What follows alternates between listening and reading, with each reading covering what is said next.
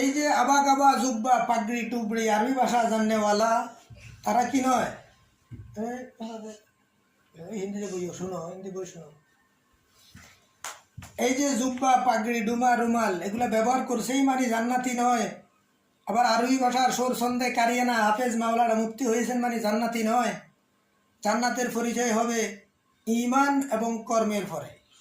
কর্মই আপনার নির্ধারণ করবে আপনি কি জান্নাতি না জাহান্নামী। সুতরাং কর্ম কি আগে সেটা দেখেন। ঈমানের পরে কর্মেই তার পরিচয় দিবে কে কতটা ঈমানদার।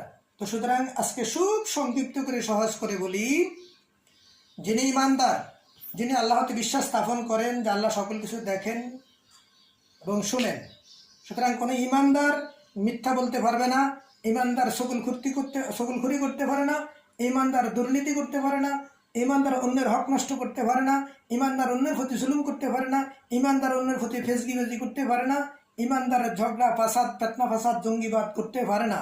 ঈমানদার কখনো এক কথায় সকল প্রকার অপরাধ মুক্ত থাকবে। ঈমানদার যিনি শয়তানকে ধারণ করে থাকেন তিনি আবার ঈমানদার হতে পারেন না। সুতরাং কর্মে প্রমাণ করবে আপনি কি ঈমানদার না শয়তান।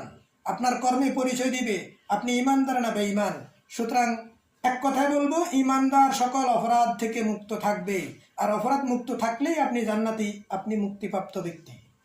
আল্লাহ পাক আমাদেরকে সকলকে মানার বুঝার তৌফিক দান করুক, বুঝে মানার তৌফিক দান করুক। আল্লাহ পাক আমাদের সকলকে এ সকল সত্যকে জেনে বুঝে মেনে আল্লাহর সন্তুষ্টি অর্জন করার তৌফিক দান করুক বলে আমিন।